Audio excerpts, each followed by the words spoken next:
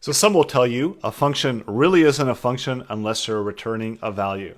So functions really have the three parts. They have the input, so this is the data that's sent into the function, the code that gets run, and then also the output.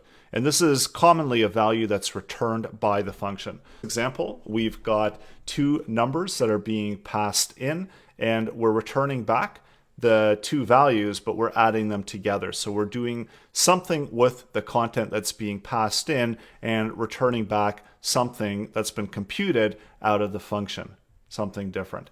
So we've got a quick math option, and math is one of the great examples that we can use because it's really simple, and we can show you how you can multiply. So you can create a function to do multiplication of any two numbers, and also notice as well that there is no semicolon at the end. The semicolon is within the block of code, and it's right after within the return.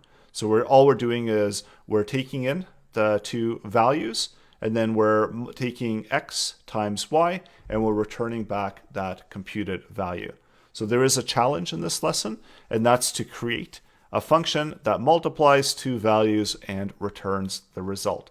And ideally, what we want to do is output it into the console. So something like this, where we're calling a function called multiplier, and we're passing in the two numbers, and then we're seeing the result being returned back. So this could be 10 and 5, or any combination that would return back 50.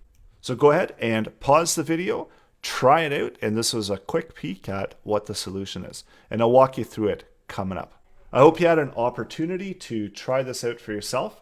And this was a really quick, short example of how to use a function.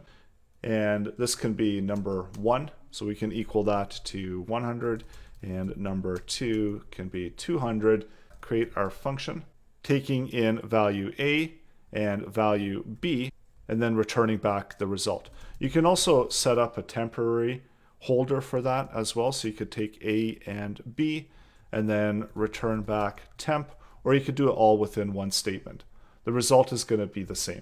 And then next, we need to console log out the value of multiplier, and we have them as variables.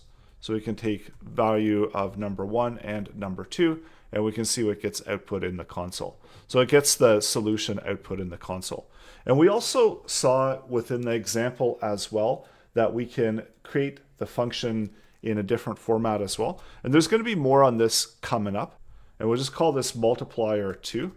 And then we're going to equal that to an anonymous function taking in the two values, the two parameters, to return back A times B.